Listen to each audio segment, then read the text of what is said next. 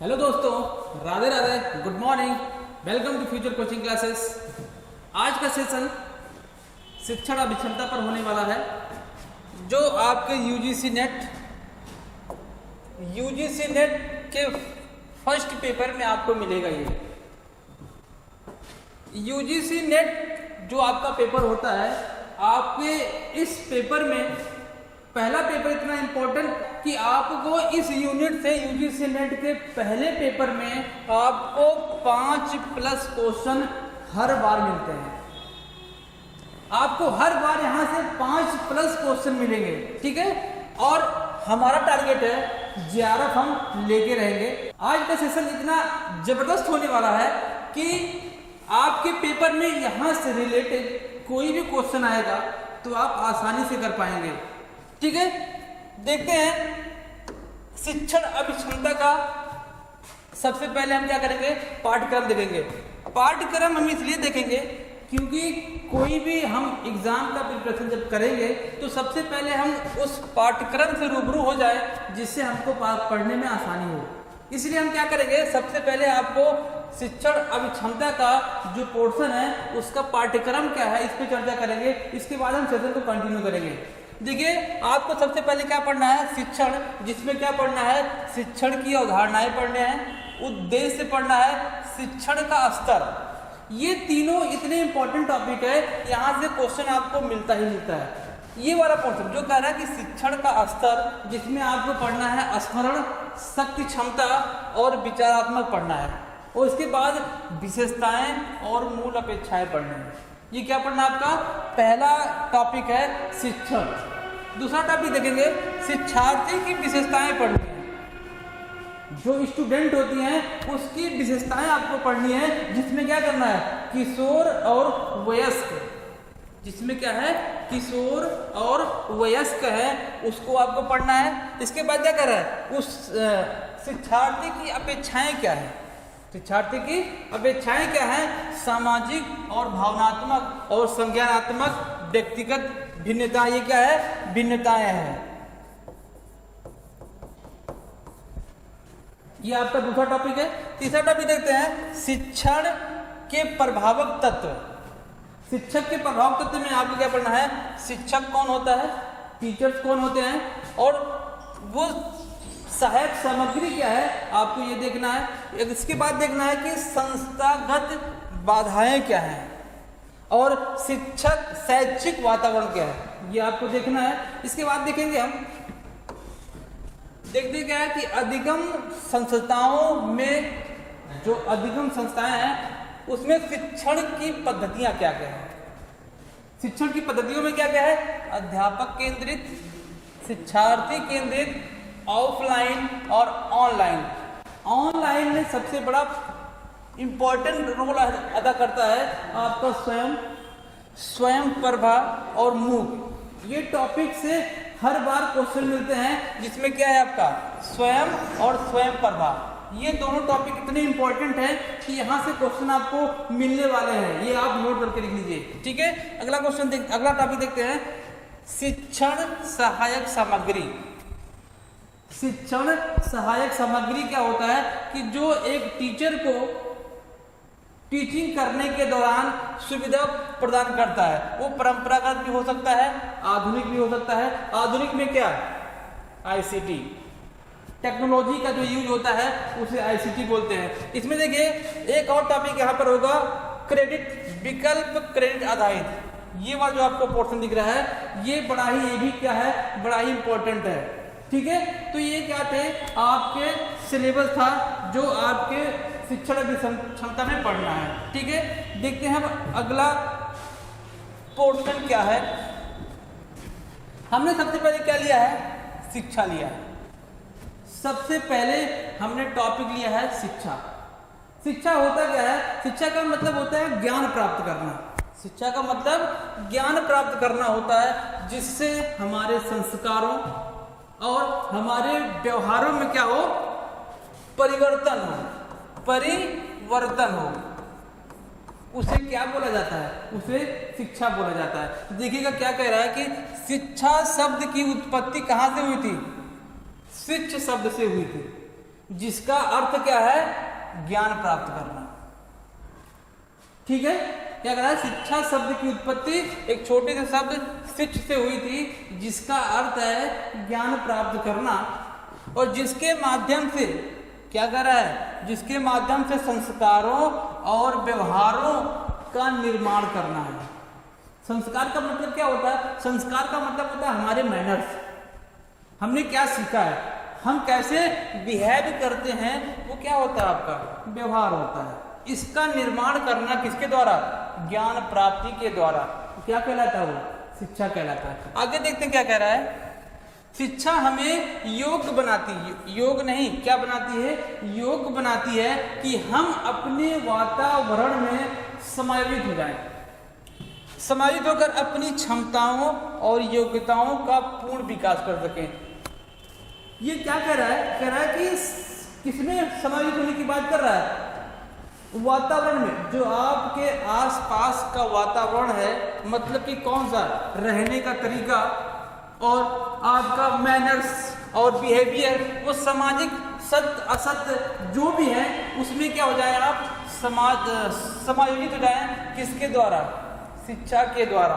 ठीक है, आगे क्या कह रहा है कि ज्ञान एवं व्यवहार में वांछित नहीं, ये वंचित नहीं, ये वांछित है।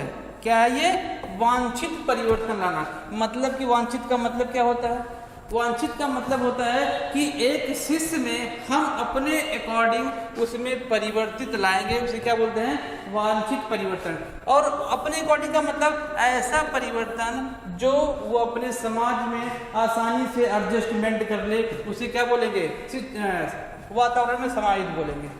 ठीक है, ये तो था शिक्षा का। ये देखिए दिया है आपका शिक्षा का अर्थ, एक यहाँ पे आगे भैया व्यापक और संकुचित। हम शिक्षा को दो अर्थों में समझेंगे, एक व्यापक है और एक संकुचित है। इतनी दूरी पे क्यों बैठे हैं ये दोनों, एक यहाँ पे है, एक दूसरे कोने पे बैठा है। हमारे टाइपिस्ट भैया लगता है इन दोनों के बीच में झगड़ा हुआ था, इसीलिए शायद इन दोनों को क्या कर दिए हैं, अलग अलग बैठा दिए हैं। व्यापक को यहाँ बैठाए और संकुचित को यहाँ बैठाए। कोई बात नहीं, हम आगे देखते हैं क्या होता है। सबसे पहले हम किस पे चर्चा करेंगे, व्यापक पे करेंगे। व्यापक शिक्षा क्या होता है, हम इस पे चर्चा करेंगे। देखिए एक पॉइंट व्यापक में हम देखेंगे कि व्यापक आपका वह शिक्षा होता है जिसमें किसी भी व्यक्ति के, जिसमें किसी भी व्यक्ति के सर्वांगीण विकास की बात होती है, सर्वांगीण विकास की बात होती है। व्यापक शिक्षा का मतलब होता है किसी भी व्यक्ति के या किसी भी विद्यार्थी के सर्वांगीण विकास की बात होगी, उसमें वो किसमें शामिल होगा, आपके व्यापक शिक्षा में शामिल होगा। ठीक है, अब देखिए ये जो कह रहा है कि व्यापक शिक्षा में पूरा संसार, कौन सा, पूरा संसार हमारा क्या होता है, शिक्षा का केंद्र होता है, शिक्षा का केंद्र होता है। हम कुछ सीखते हैं, किसी घटनाओं के घटित होने पर हम कुछ सीखते हैं, तो हम किसी को कुछ ना कुछ सिखाते भी हैं। देखिए अगला देखते हैं, इसमें क्या है, व्यापक शिक्षा में एक बड़ा ही इंपॉर्टेंट टॉपिक है जिसमें कहते हैं यह जीवन पर्यंत चलने वाली प्रक्रिया है, प्रक्रिया होती है जिसमें व्यक्ति प्रत्यक्ष या अप्रत्यक्ष रूप से हमेशा कुछ ना कुछ सीखता रहता है। ठीक है, और इसका देखते हैं, इसमें क्या होते हैं, जो हमारे विद्यार्थी हो सकते हैं वह क्या हो सकते हैं, वह बच्चे भी हो सकते हैं, बच्चे, स्त्री, पुरुष,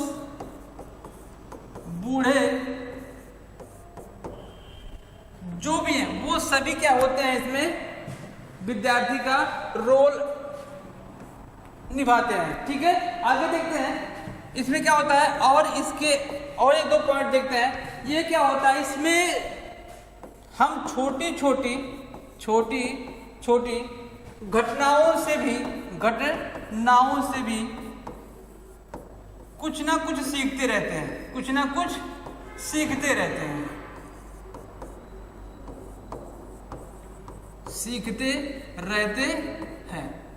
तो ये क्या हो जाएगा आपका व्यापक शिक्षा में आ जाएगा। तो व्यापक शिक्षा में कुल मिला जुला के किसकी बात की जाती है, सर्वांगीण विकास की बात की जाती है, जिसमें हर कोई व्यक्ति क्या होता है, विद्यार्थी होता है या शिक्षार्थी होता है, चाहे बच्चा हो, बूढ़ा हो, स्त्री हो या पुरुष हो, कोई भी हो।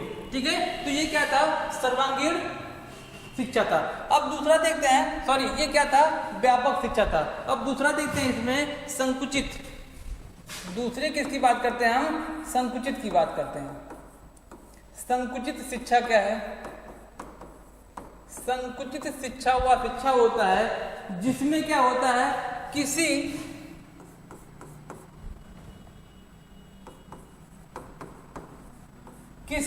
संस्थान में ही जाकर या विद्यालय में जाकर, संस्थान या विद्यालय में ही जाकर हम शिक्षा ग्रहण करते हैं, हम शिक्षा ग्रहण करते हैं।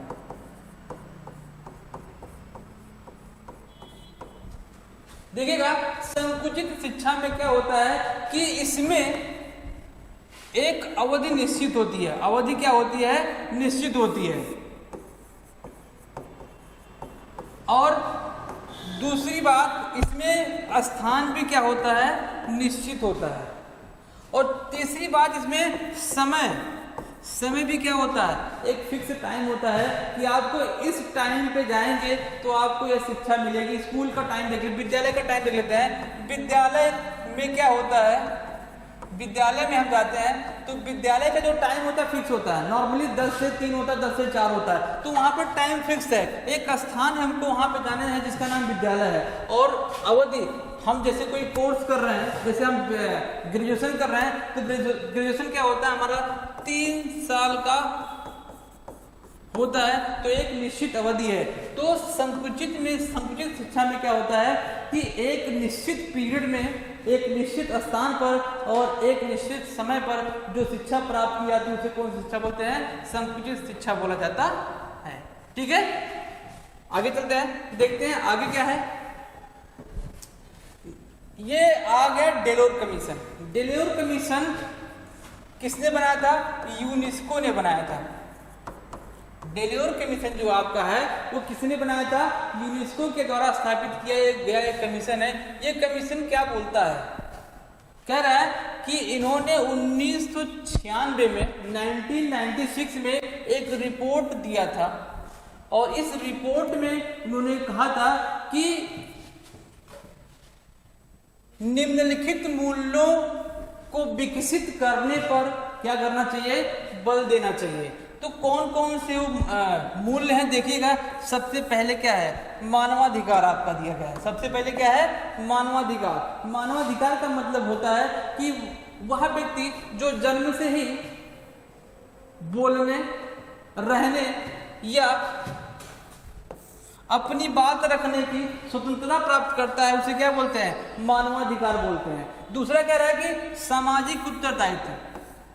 सामाजिक उत्तरदायित्व वह होता है जिसमें क्या हो सके, समाज के साथ हम अपने आप को एडजस्ट कर सके, वो सामाजिक उत्तरदायित्व में आ जाएगा। सामाजिक समानता क्या होता है, सामाजिक समानता का मतलब आज के समय में आप देखते होंगे कास्ट फीलिंग सबसे ज्यादा चल रही है, तो इसीलिए क्या बताया गया कि समाज में ऐसा मूल्य डेवलप कीजिए जिसमें क्या हो, सामाजिक समानता बनी रहे।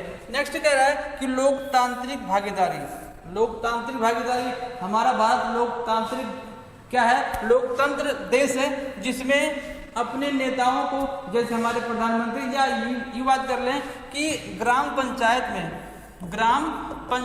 में प्रधान का चुनाव या फिर प्रधानमंत्री का चुनाव या फिर राष्ट्रपति का चुनाव, ये सब चुनाव में अपना मत देने का अधिकार भी क्या है, प्राप्त है। इसमें भागीदारी को बढ़ावा देने के लिए शिक्षा दिया जाना चाहिए। फिर क्या हो रहा है, सहकारी भावना। सहकारी भावना की मतलब होता है कि ब्रदरहुड। आपके अंदर एक भाईचारा होना चाहिए, सहयोग की भावना होनी चाहिए, सहयोग की भावना होनी चाहिए। नेक्स्ट कह रहा है कि रचनात्मकता।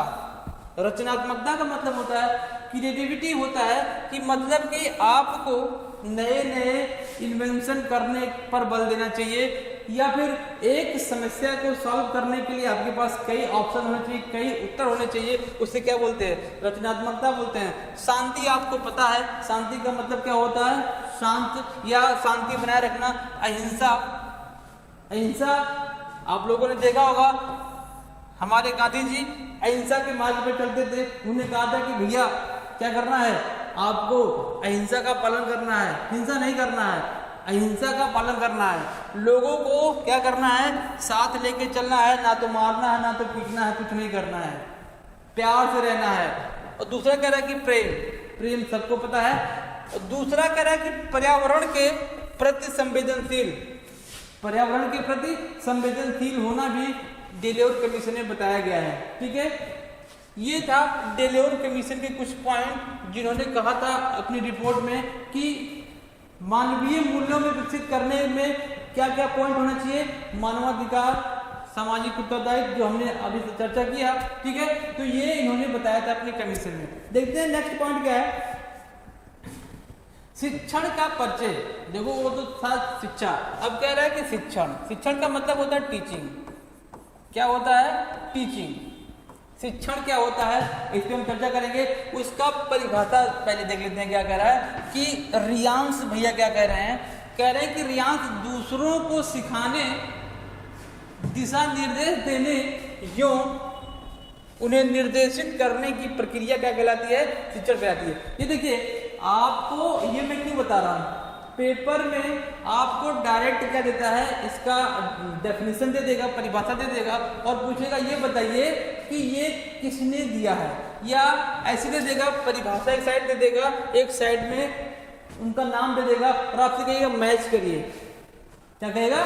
मैच करिए। इसलिए मैं क्या कर रहा हूँ, आपको ये परिभाषा लेके आया हूँ। ठीक है, तो दूसरा परिभाषा देखते हैं। गेज क्या कह रहे हैं, कह रहे हैं कि शिक्षण एक पारस्परिक प्रभाव है जिसका उद्देश्य दूसरे व्यक्तियों के व्यवहारों में अपेक्षित परिवर्तन लाना। अपेक्षित परिवर्तन का मतलब होता है शिक्षा वह माध्यम है, पारस्परिक प्रभाव है जिसके माध्यम से हम अपने अकॉर्डिंग क्या कर सकते हैं, उसके व्यवहारों में अपेक्षित परिवर्तन ला सकें।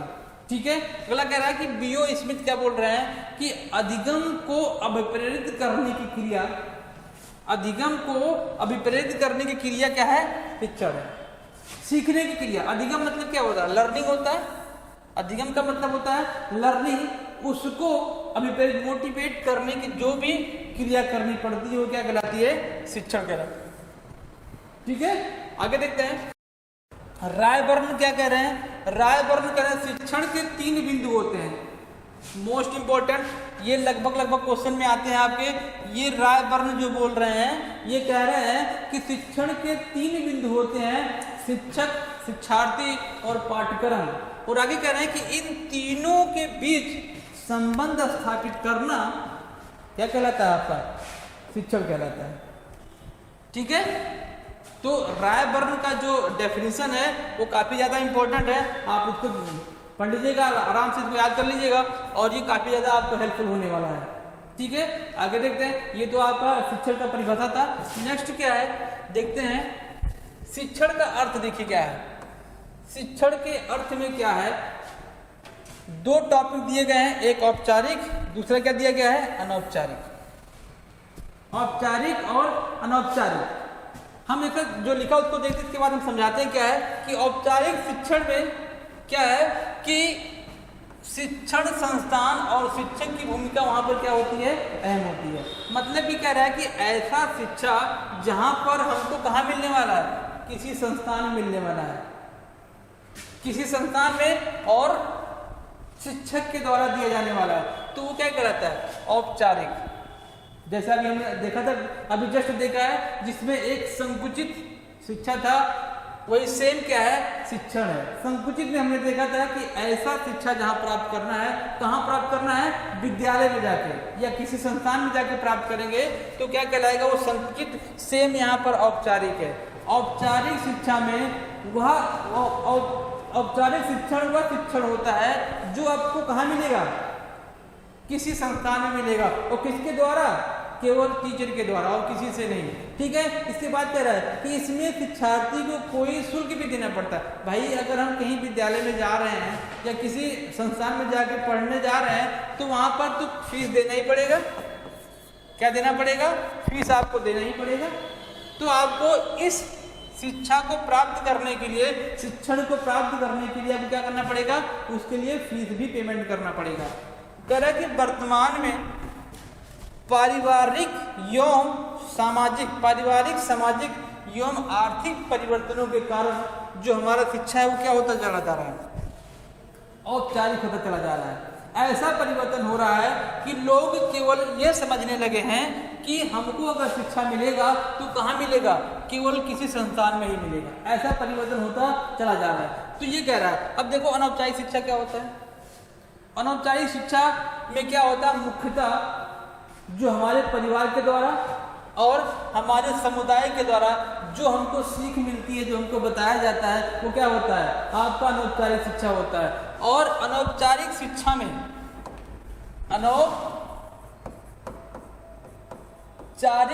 में जो है आपका सबसे मेन इंपॉर्टेंट रोल किसका होता है, हमारी माँ का होता है। सबसे पहला गुरु हमारा कौन होता है, हमारी माँ होती है। वही हमको सब कुछ बताती है। तो वो कौन सी शिक्षा है, अनौपचारिक शिक्षा में। अनौपचारिक शिक्षा में आपको पता है कि हम कहीं पर भी जाकर हमारे समाज या हमारे समुदाय के द्वारा जो बताया जाता है वो किस में आएगा, अनौपचारिक शिक्षा में आएगा। ठीक है, शिक्षण और शिक्षा दोनों औपचारिक और अनौपचारिक हो सकते हैं। ठीक है, सेम है। अगर हम किसी संस्थान में जाके प्राप्त करते हैं, अगर हम प्राप्त करते हैं शिक्षण, अगर हम आपको प्रोवाइड करवाएं तो क्या हो जाएगा, शिक्षण हो जाएगा। ठीक है, सेम है औपचारिक और अनौपचारिक। ठीक है, कंफर्म हुआ ना। आगे देखते हैं क्या है शिक्षण की अवधारणा। भाई ये क्या है आपका, बहुत ही महत्वपूर्ण टॉपिक है। शिक्षण की अवधारणा से आपको इस 5 या 6 टॉपिक से आपको एक क्वेश्चन मिलने वाला है। अभी हम इसको क्या करेंगे, इतने डीपली जाके आपको समझाएंगे कि आप किसी भी एग्जाम में नेट का जो आने वाला है उस एग्जाम में आप इससे क्वेश्चन जो आएगा वो आसानी से कर पाएंगे। ठीक है, देखिए क्या कह रहा है। पहला आपका दिया गया है शिक्षण के 3 आधार होते हैं। शिक्षण के 3 आधार होते हैं। क्यों, ये कब नहीं है, ये क्या है आपका, क्या है, क्यों, क्या और कैसे, ये 3 आधार दिए गए हैं। अब इसको देखते हैं। इसके बाद दिया गया है कि आदर्शवाद, प्रकृतिवाद, प्रयोजनवाद, अस्तित्ववाद और योगवाद। देखते हैं पहला आपका क्या है, 3 पिलर ऑफ एजुकेशन।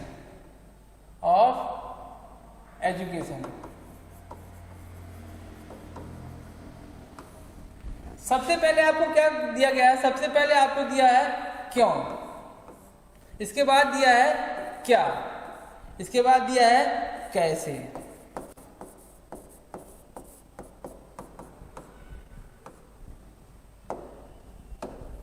ठीक है, ये आपके 3 पिलर्स दिए गए हैं। क्यों पढ़ना है आपको, क्यों शिक्षा प्राप्त करना है, क्यों शिक्षण करना है, ये आपको कौन बताता है, आपको दर्शन शास्त्र बताता है। और दर्शन शास्त्र क्या होता है, दर्शन शास्त्र होता है आपके सत्य की खोज। इसमें बताया गया है सत्य की खोज करना। और आपका जीवन क्या है, ये आपको बताता है दर्शन शास्त्र। ठीक है, दर्शन शास्त्र आपको क्या बताता है, सत्य की खोज करना। और आपका एक्चुअल में आपका जीवन क्या है, जीवन का सच क्या है, वो बताता है आपका दर्शन शास्त्र। अब दर्शन शास्त्र बताता है कि आपको क्यों पढ़ना चाहिए। इसलिए पढ़ना चाहिए ताकि आप अपने सामाजिक वातावरण में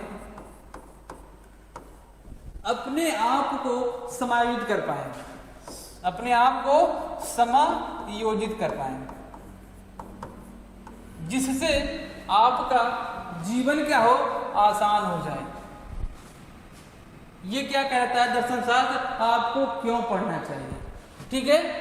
और दूसरी बात बताता है कि जो सामाजिक वातावरण, और बताता है कि सामाजिक वातावरण में समाहित होने के साथ साथ आपके ऐसे मूल्यों को डेवलप करे ताकि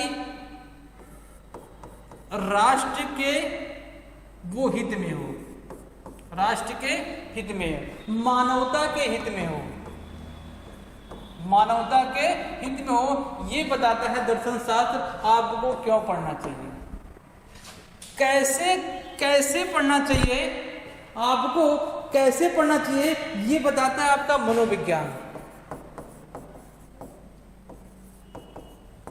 कौन बताता है ये आपको? मनोविज्ञान बताता है कि कैसे पढ़ना चाहिए। ठीक है, कैसे पढ़ना चाहिए ताकि जो ऊपर के दर्शन शास्त्र बताया गया, दर्शन शास्त्र में नियम बताए गए हैं, उसको कैसे आसानी से हम ग्रहण कर पाए। क्या पढ़ना चाहिए ये आपको बताता है समाज शास्त्र बताता है। ठीक है, क्या पढ़ना चाहिए ये आपको समाज शास्त्र बताता है, क्यों पढ़ना चाहिए ये दर्शन शास्त्र बताता है, और कैसे पढ़ना चाहिए ये मनोविज्ञान बताता है। इतनी बात कंफर्म हुई। चलिए आगे देखते हैं। 3 पिलर्स में आपके ये थे, क्यों, क्या और कैसे। ठीक है। दूसरा कह रहा है कि आदर्शवाद। क्या कह रहा है? आदर्शवाद कह रहा है। आदर्शवाद क्या होता है? इसको अंग्रेजी बोलते हैं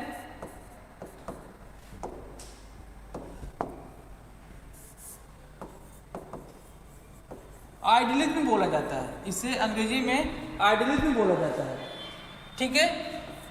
इसके जो दार्शनिक थे, देखते हैं आपसे आदर्शवाद में आपसे क्वेश्चन पूछता है कि निम्न में से बताइए कि कौन आदर्शवाद के दार्शनिक हैं, कौन नहीं है। या ये क्वेश्चन पूछता है, एक तरफ दार्शनिकों का नाम देगा, दूसरी तरफ ये चारों पांचों में दे देगा, बोलेगा कि भैया आप इसको क्या करिए, मैच करिए कौन किसके दार्शनिक हैं। ठीक है। तो यहाँ पे इसको नोट करिएगा कि आइडियलिज्म के दार्शनिक कौन है। सबसे पहले अरस्तु। फुल सपोर्टर कौन है? अरस्तु। अभी अरस्तु ने क्या कहा है अभी हम बताएंगे। दूसरे नंबर पे आपके आते हैं प्लेटो। कौन है? प्लेटो। तीसरे नंबर पे आपके आते हैं रविंद्रनाथ टैगोर।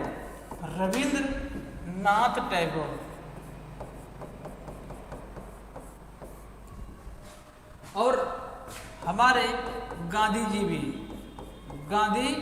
जी भी क्या थे? हमारे आदर्शवाद के सपोर्टर थे। ठीक है। देखिए क्या कहते हैं ये अरस्तु भाई साहब क्या बोले हैं।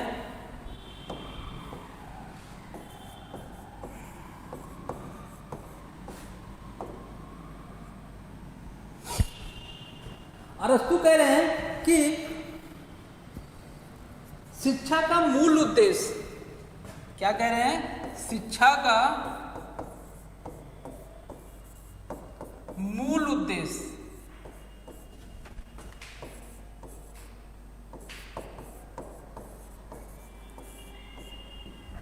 जो शिक्षा किसी को दिया जाना है उसका मूल उद्देश्य क्या होना चाहिए? उसके नैतिक और बौद्धिक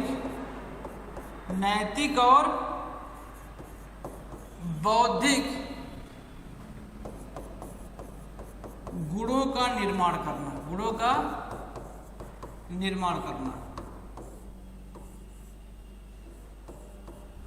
ठीक है।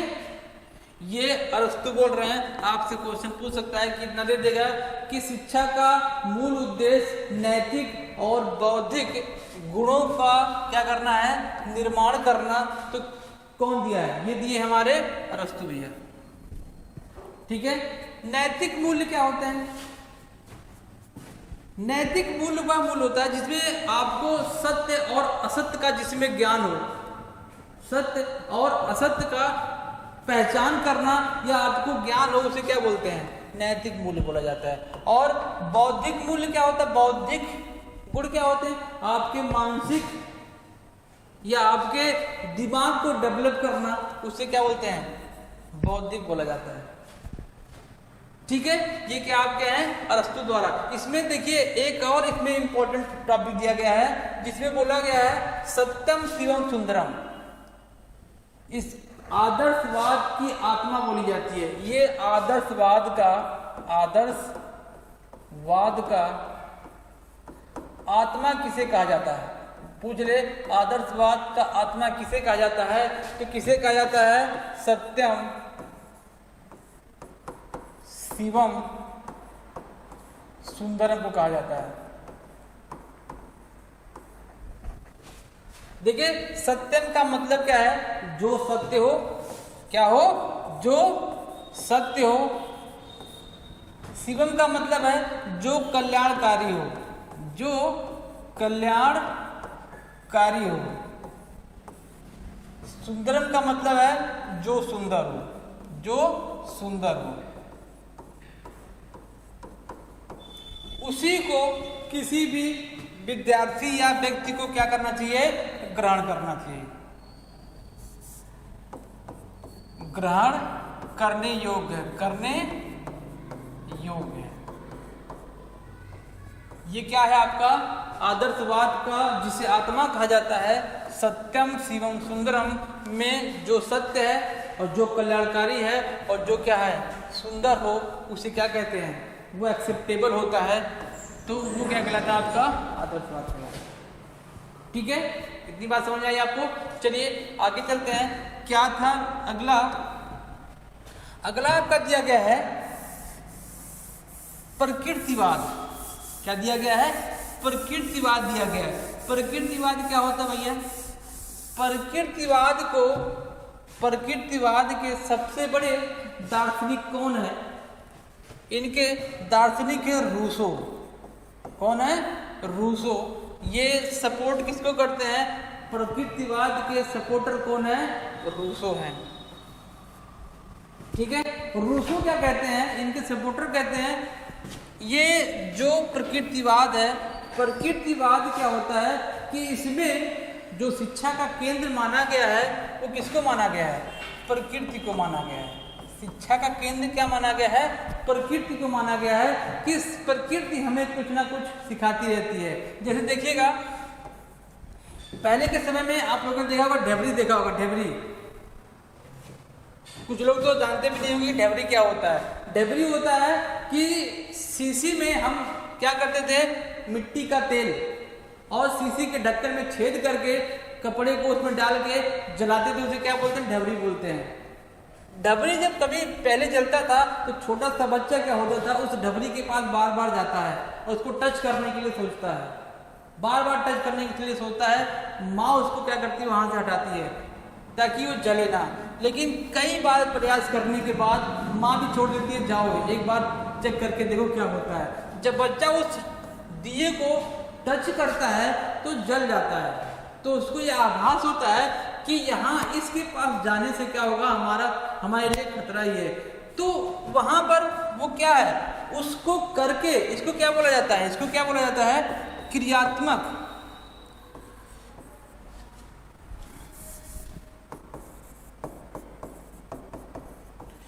क्रियात्मक शिक्षा भी बोला जाता है। क्रियात्मक शिक्षण भी इसे बोला जाता है। क्रिया करके सीखना, आप खुद करके कुछ सीख रहे हैं तो क्या कहलाता है? क्रियात्मक शिक्षण बोला जाता है। और आज के समय में देखिए, आज के समय में लोग कान के पास मोबाइल लगा के हमेशा चलते रहते हैं, या मोबाइल में ध्यान रहे टाइपिंग कर रहे हैं, रास्ते में खड्डा आ गया और उस खड्डे से आप क्या हो गए? नीचे गिर गए। तो आप दोबारा उससे सीखेंगे कि भैया मोबाइल में ध्यान नहीं देना है, हम जब रास्ते में जा रहे हैं तो क्या करेंगे? हम मोबाइल में ध्यान नहीं देने वाले हैं, नहीं तो हमारे लिए खतरा है। तो कुछ ना कुछ ऐसी घटनाएं घटित होती हैं हमारे साथ जिससे हम क्या करते हैं? उसे सीखते हैं। तो उसको किस में रखा गया है? प्रकृतिवाद में रखा गया है। देखिए इसमें किस प्रकार की शिक्षा को रखा गया है, इसमें रखा गया है इंद्रियों के द्वारा सीखना। प्रकृतिवाद में रखा गया है कि इंद्रियों के द्वारा सीखना भी क्या है, आपका शिक्षण कहलाता है। इसमें क्या है, दूसरा है निषेधात्मक शिक्षा। निषेधात्मक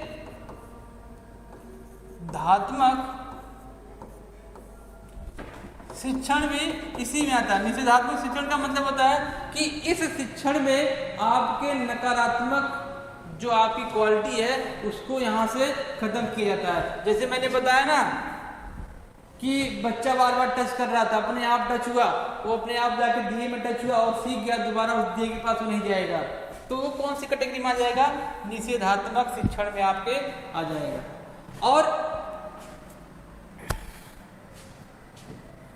ठीक है, तो ये क्या थे आपके प्रकृतिवाद के कुछ एग्जाम्पल थे, और इसके सपोर्टर कौन है, रूसो है।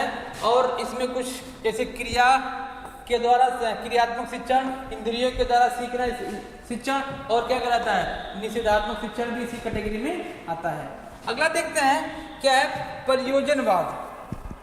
प्रयोजनवाद क्या होता है? प्रयोजनवाद के सपोर्टर हमारे हैं जॉन डीवी। प्रयोजनवाद के हमारे सपोर्टर हैं जॉन डीवी।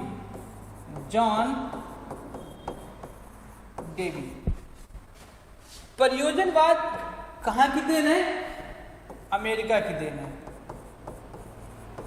प्रयोजनवाद हमारा अमेरिका की देन है। और इसमें इसको देखो एक नाम से और जाना जाता है, प्रयोगवाद के नाम से जाना जाता है। प्रयोगवाद के नाम से जाना जाता है।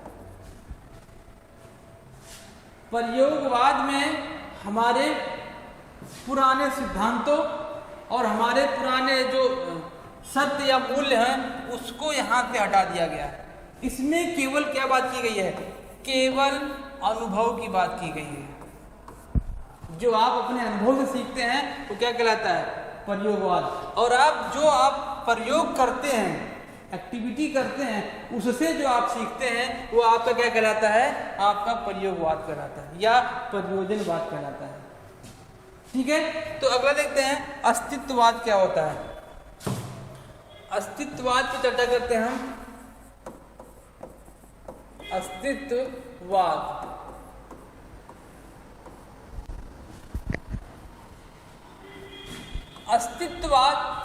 के दार्शनिक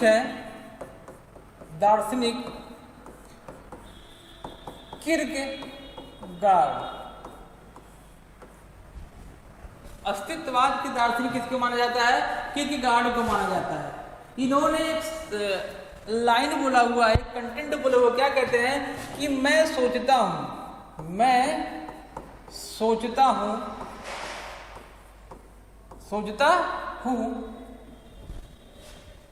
क्योंकि मेरा अस्तित्व है, क्योंकि मेरा अस्तित्व है।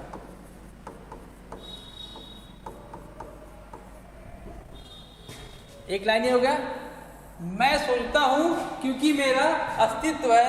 मैं सोचता हूं, अगर अगेन बात कर रहा है कि इसीलिए सोचता हूं, इसीलिए सोचता हूं कि मेरा अस्तित्व है, कि मेरा अस्तित्व है।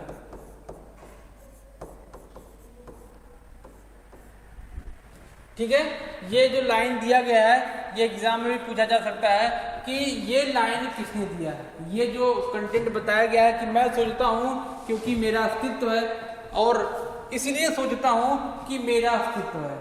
ठीक है, देखिए कह रहा है कि अस्तित्व का मतलब होता है, इसमें देखते हैं अस्तित्व का मतलब क्या है।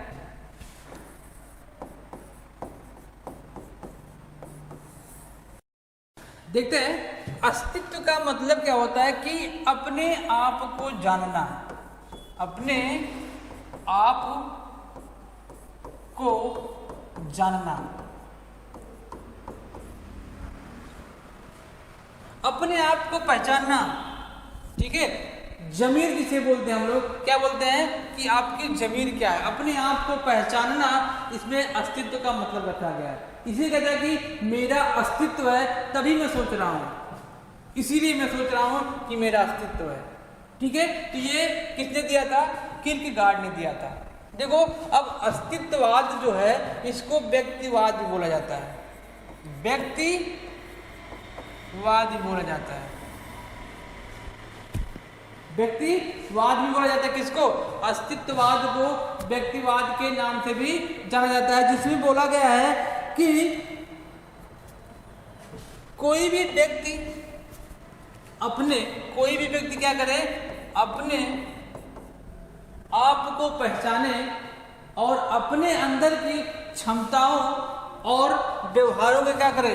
डेवलप करे। क्षमताओं और व्यवहारों का डेवलप करे, ये किसमें बताया गया है? अस्तित्ववाद में बताया गया है। ठीक है, चलिए नेक्स्ट देखते हैं आपका क्या है, क्या दिया गया है? योग। आपका योग दिया गया है। योग में क्या है देखते हैं। योगवाद आपका जो है किसने दिया था? ऋषि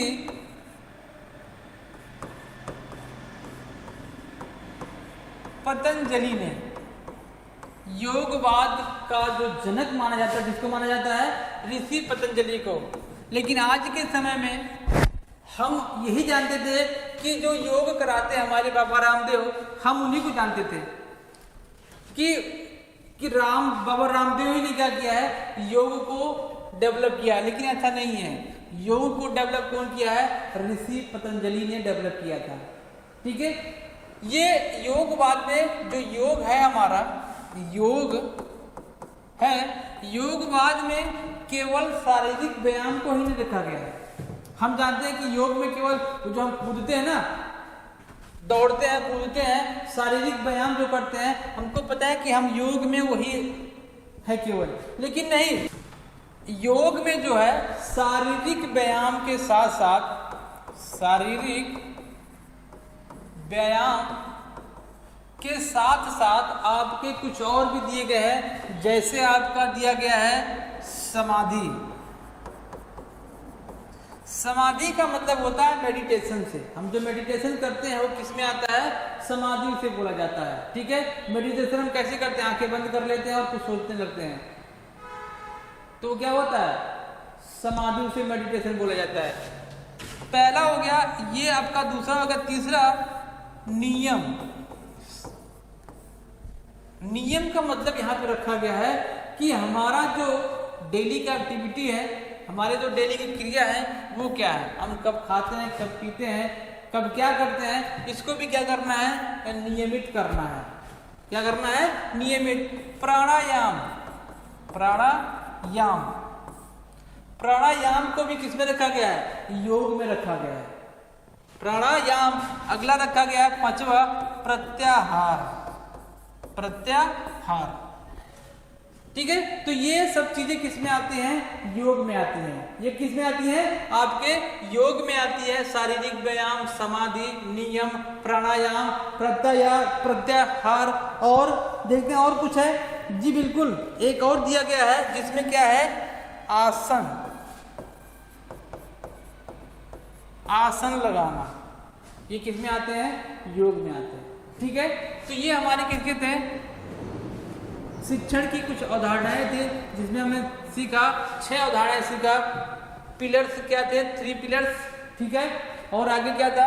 आदर्शवाद, प्रयोजनवाद, प्रकृतिवाद। हमने ये सब सीखा था। ठीक है, अब आगे देखते हैं क्या दिया गया है। अब कुछ दिया गया, शिक्षण की प्रकृति दी गई है। शिक्षण की प्रकृति क्या होती है?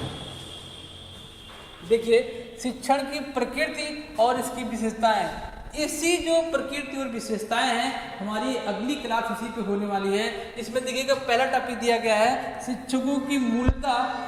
शिक्षकों की मूलता एक बौद्धिक गतिविधि होती है। क्या होती है? बौद्धिक गतिविधि होती है। अगला क्लास हमारा इसी पे होता है। बौद्धिक का मतलब यहाँ पे किससे रखा गया? मानसिक से रखा गया है। बौद्धिक का मतलब क्या है? मानसिक से रखा गया है। दूसरा क्या है? शिक्षण के 2 मूलभूत रूप हैं। पहला क्या है? शिक्षक केंद्रित। दूसरा क्या है? शिक्षार्थी केंद्रित। ये हमारे क्या है, शिक्षण के जो टीचिंग मेथड होता है वो क्या है, शिक्षक केंद्रित और शिक्षार्थी केंद्रित। अगला देखते हैं, शिक्षण के विभिन्न स्तर कौन कौन होते हैं। अभी मैंने चर्चा किया था, इसका क्या है, पहला स्मृति जिसे आत्मन बोलते हैं, अवबोध और चिंतन। अवबोध चिंतन ये आपका बहुत ही इंपॉर्टेंट टॉपिक होने वाला है। ये हम अगली क्लास में सीखेंगे कि स्तर क्या है। ठीक है, स्मृति का मतलब होता है याद करना, अवबोध का मतलब होता है उस पे क्या करना, समझना, और चिंतन करना, समझ के उस पे क्या करना, अपने आप से क्या करना, आंसर देना, क्या कहलाता है, चिंतन कहलाता है। इसके बाद क्या कह रहा है कि शिक्षण का पाठ्यचर्या एवं पाठ्यक्रम, मोस्ट इंपोर्टेंट टॉपिक, शिक्षण का पाठ्यचर्या क्या होता है और पाठ्यक्रम क्या होता है। जैसा कि अभी हमने क्या किया, पहले ही देखा था कि पाठ्यक्रम क्या है और पाठ्यचर्या का मतलब क्या होता है, ओवरऑल डेवलपमेंट के लिए जो पाठ्यचर्या बनाया जाता है, जो सिलेबस तैयार किया जाता है, क्या बोलते हैं, पाठ्यचर्या बोला जाता है। नेक्स्ट क्या है, शिक्षण के वातावरण और शिक्षण का वातावरण क्या होता है, गतिशील होता है। शिक्षण का वातावरण कंटिन्यू चलता रहता है, ये हमेशा गतिशील होता है, चलता रहता है, चलता रहता है, चलता रहता है। नेक्स्ट क्या है, शिक्षण के अधिगम, शिक्षण अधिगम, अनुदेशन, प्रशिक्षण इत्यादि का परस्पर घनिष्ठ संबंध होता है। जो सब दिए गए हैं, शिक्षण में अधिगम, अनुदेशन और प्रशिक्षण में क्या होता है, एक घनिष्ठ संबंध होता है, तब जाके क्या बनता है, एक पूर्ण रूप से शिक्षण बनता है। नेक्स्ट देखिए क्या कह रहा है कि शिक्षण विज्ञान के साथ साथ कला भी है। ये जो आपको टॉपिक दिख रहा है, शिक्षण की प्रकृति और विशेषताएं, इस पे हम फुल डिटेल से चर्चा करेंगे नेक्स्ट क्लास में। तो आज के सेशन में बस इतना ही। यदि आपको हमारा ये सेशन पसंद आ रहा है तो कमेंट बॉक्स में जरूर लिखिएगा, या फिर कुछ आपको मेरे टीचिंग स्किल में कुछ कमी दिख रही हो तो वो भी जरूर कमेंट करिएगा, ताकि मैं नेक्स्ट वीडियो उसको क्या कर सकूं, डेवलप कर सकूं, उसको इम्प्रूव कर सकूं। तो आज का सेशन यहीं पे रखते हैं और मिलते हैं नेक्स्ट वीडियो में। तब तक के लिए नमस्कार, राधे राधे, मस्त रहिए, स्वस्थ रहिए और पढ़ते रहिए। जय हिंद।